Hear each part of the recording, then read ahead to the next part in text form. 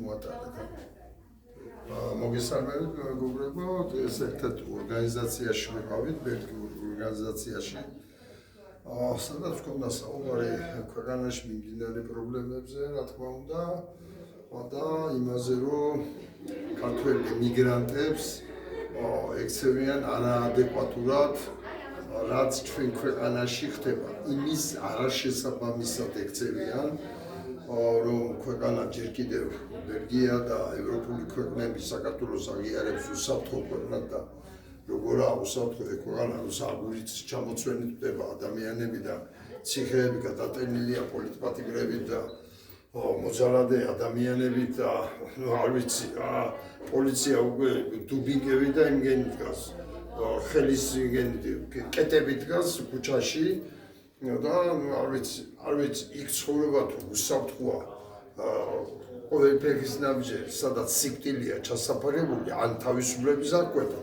როგორ ერთი უსაფრთხო ქვეყანაა, ამდენს ვესაუბრეთ, ცოტაშორის, რომ მათ მთავრობას მიმართონ, თავის მთავრობას, ბელგიის მთავრობას, რათა მოეხსნას ჩვენ ქვეყანას პარალელურ რეჟიმში, როგორც კი უვიზო მიმოსვლა შეწყდება, მოეხსნას უსაფრთხო ქვეყნის სტატუსი, გადაიხადოს ყველა ემიგრანტის საქმე, ვინც აქ არიან ჯაბარებულები და ითხოვენ პოლიტიკურ თავშესაფარს, ძალადობის მსხვერპლები არიან თუ ასე თუ ისე არიან აქ, აი მოეხსნას და გადაიხედოს მათი საქმეები და შესაბამისად გააკეთონ დასკვნები.